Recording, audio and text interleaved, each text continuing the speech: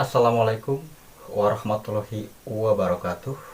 Ketemu lagi bersama saya di cerita misteri. Tentunya pada kesempatan kali ini saya akan menceritakan sebuah kisah nyata. Ini datangnya dari blog dan saya ceritakan kembali ya. Oh ya, sebelum saya memulai ceritanya, jangan lupa untuk mensupport saya dengan cara mencet tombol subscribe, like, dan share sebanyak-banyaknya. Oke, kita mulai saja ceritanya. Judulnya adalah Kisah Seram Rumah Kontrakan Angker di Desa.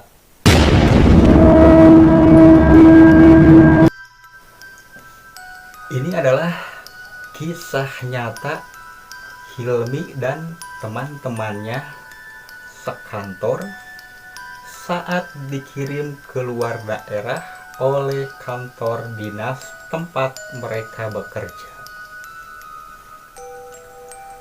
Hilmi mengatakan dia dan teman-teman mendapat tugas selama hampir 2 bulan untuk mengawasi departemen yang membawahi desa tersebut dan sekitarnya.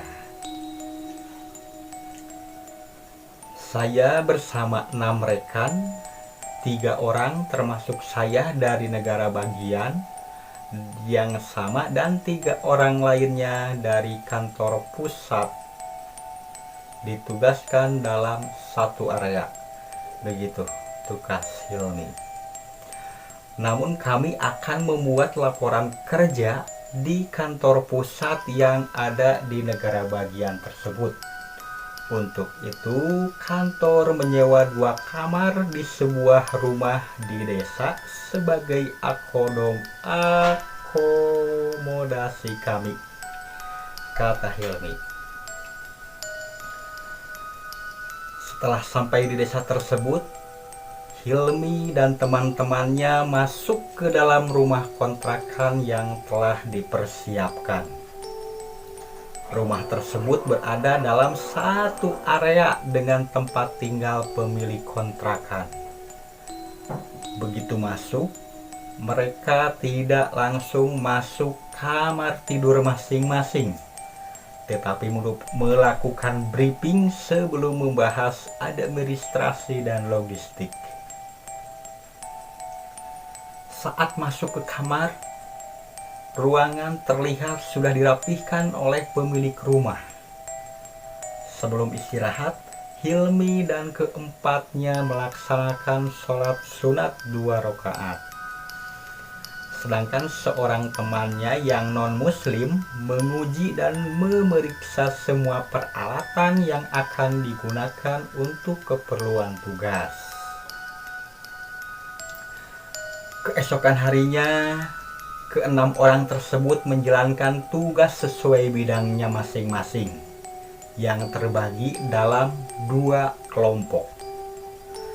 Kelompok 1 bekerja dari pagi hingga siang, sementara sisanya bertugas dari petang hingga malam hari. Suatu malam, ada briefing sepulang mereka kerja sekaligus penyerahan laporan.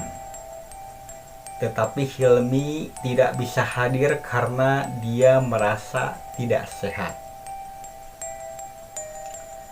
Setelah minum obat, Hilmi berbaring di tempat tidur dan memutar bacaan ayat suci Al-Quran di ponselnya sambil matanya terpejam.